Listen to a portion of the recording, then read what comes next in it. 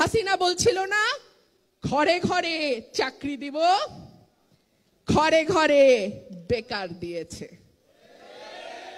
ঘরে ঘরে শুধু বেকারই দেয় নাই, ঘরে ঘরে মামলাও দিয়েছে।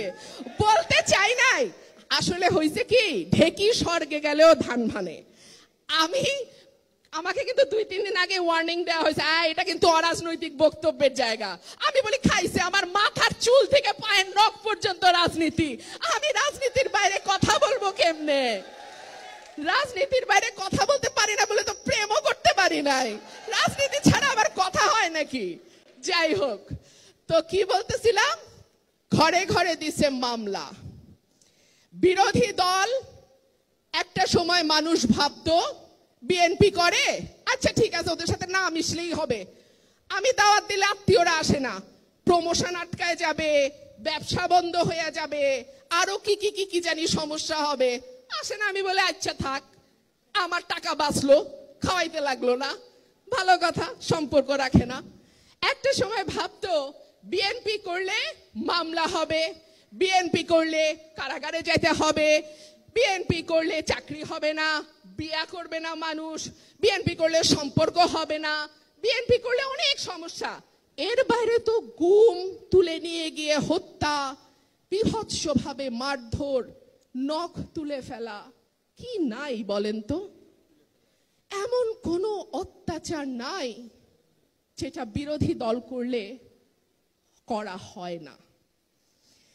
কিন্তু ওই যে বলে না, বারে বারে ঘুঘু তুমি খেয়ে যাও ধান, এইবারে ঘুঘু তোমার বধিব পরাণ। যারা রাজনীতি করেন না তারা মাইন্ড করেন না ভাই, দুইটা সত্য কথা বলি। যারা মনে করছে আমি তো বিএনপির সঙ্গে মিশি না, ওরা তো এই দেশে থাকার মতোই না, বঙ্গোপসাগরে ফালাই দিতে পারলে আর একটু ভালো হইতো, তারাও এখন আর নিরাপদ না। আমার ড্রাইভার ঈদের আগে আগে আমার কাছে আসলো। আমি বললাম কি ভাই, তোমার বেতন বোনাস সব দিছি, আমার কাপড় কেনার টাকা নাই, তুমি আমার কাছে আবার কি চাও? বলে ম্যাডাম উপায় নাই, টাকা দিতে হবে। আমি এটিএম মেশিনে গেছি, মেশিনে টাকা নাই। 8,000 টাকা তুলতে গেছে ঈদের আগে, বেচারা টাকা নাই।